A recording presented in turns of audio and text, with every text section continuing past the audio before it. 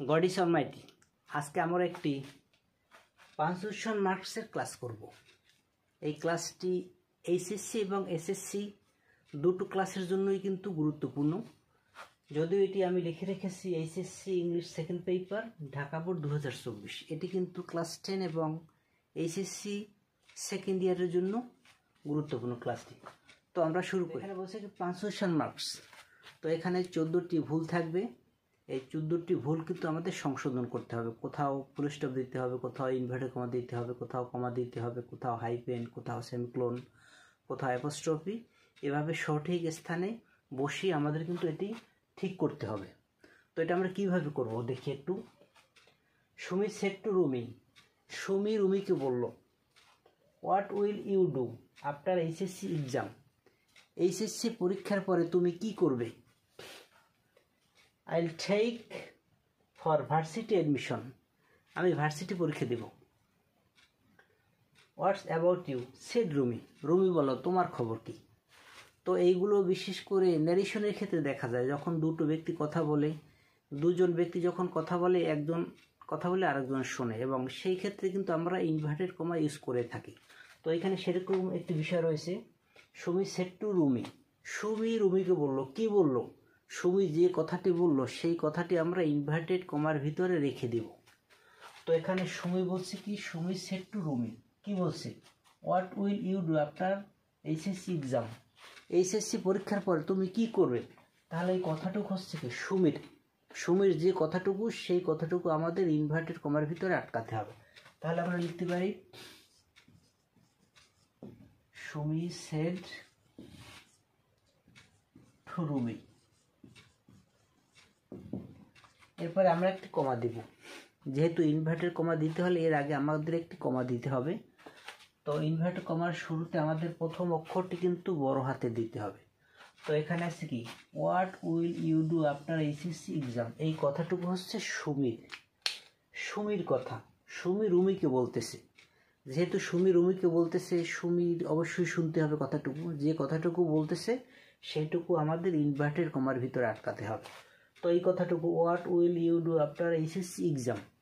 তো এখানে হোয়াটের ডাবলইউ ছোট হাতের আছে, স্মল লেটার আছে, আমাদের এটা ক্যাপিটাল লেটারে দিতে হবে। What,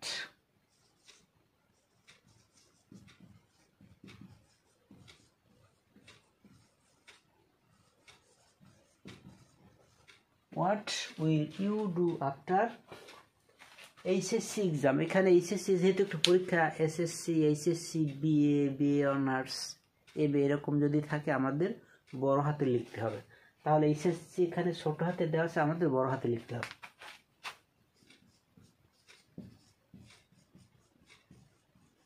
HSC exam, Sumi said to Rumi, Sumi রুমিকে বলল, what will you do after HSC exam, HSC পরীক্ষার পরে তুমি কি করবে? এখানে কিন্তু সুমির কথা শেষ হয়ে গিয়েছে। সুমি রুমিকে যে বাক্যটি বলল সেটি কিন্তু শেষ। যেহেতু এটি একটি প্রশ্নবোধক বাক্য, তাহলে এখানে আমরা একটি প্রশ্নবোধক চিহ্ন দেব এবং ইনভার্টেড কমা শেষ করে দেব। তার কথা শেষ, যেহেতু সুমি রুমিকে বলছে তার কথা শেষ। এখন রুমির পালা। এখন কিন্তু বক্তা আবার চেঞ্জ হয়ে যাবে। যখন বক্তা চেঞ্জ হয়ে যাবে তখন আমাদের ইনভার্টেড কমা আবার শুরু করতে হবে। এখন রুমি বলবে। রুমি তো প্রথমবারে কিন্তু শুনছে, এখন কিন্তু রুমি উত্তর দিবে, তাই রুমির কথাটা আমাদের ইনভার্টেড কমার ভিতরে কিন্তু আটকাতে হবে। এখন রুমি কি বলছে? এখানে লেখা আছে ইল, এখানে কিন্তু ইল হবে না, এটা হবে আই উইল। তো আমাদের সংক্ষেপে লিখতে হবে I will take for varsity admission, আমি ভার্সিটি পরীক্ষা দেব।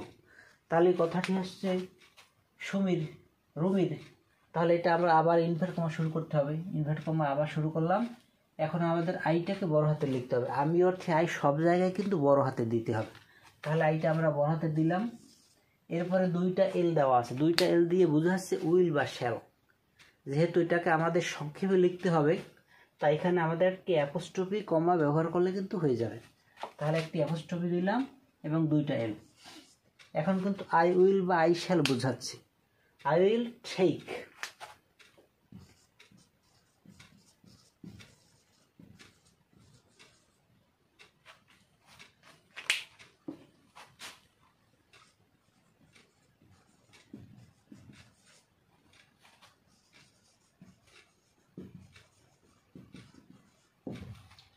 তো বলছে কি I will take for varsity admission, আমি বিশ্ববিদ্যালয়ের পরীক্ষা দিব।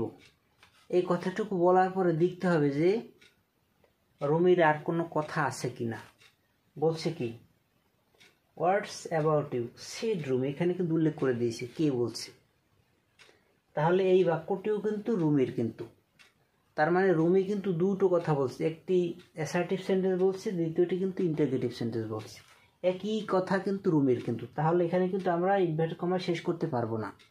ইনভার্টেড কমা আমরা শেষ করব কোথায়, যেখানে ব্যক্তির কথা শেষ হয়ে যাবে সেইখানে আমাদের শেষ করতে হবে।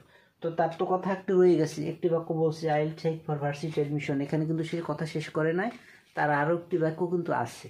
কোনটি? ওয়ার্ডস অ্যাবাউট ইউ, তোমার খবর কি, সেড রুমি। তাহলে এটি কিন্তু একটি প্রশ্নবোধক বাক্য। ওয়ার্ডস অ্যাবাউট ইউ, তার ওয়ার্ডস মানে কি, হোয়াট ইজ, এটাকে আমাদের সংক্ষেপে লিখতে হবে। ওয়ার্ডস মানে হোয়াট ইজ, এখানে ইজটা হচ্ছে ভার্ব। ওয়ার্ডস অ্যাবাউট ইউ,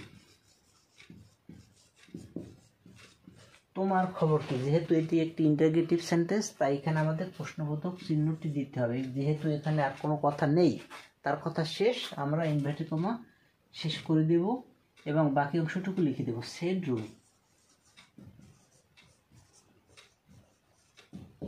এবং আমরা ফুল স্টপ দিয়ে দেব। তো 14টি যে ভুল রয়েছে সেটি কিন্তু আমরা অতি সহজেই সমাধান করে ফেললাম। Sumi said to Rumi, what will you do after HSC exam? I'll check for varsity admission. What's about you? Sit room. তো আজকের মতো এতটুকুই। That's all for today. Thank you so much. God is Almighty.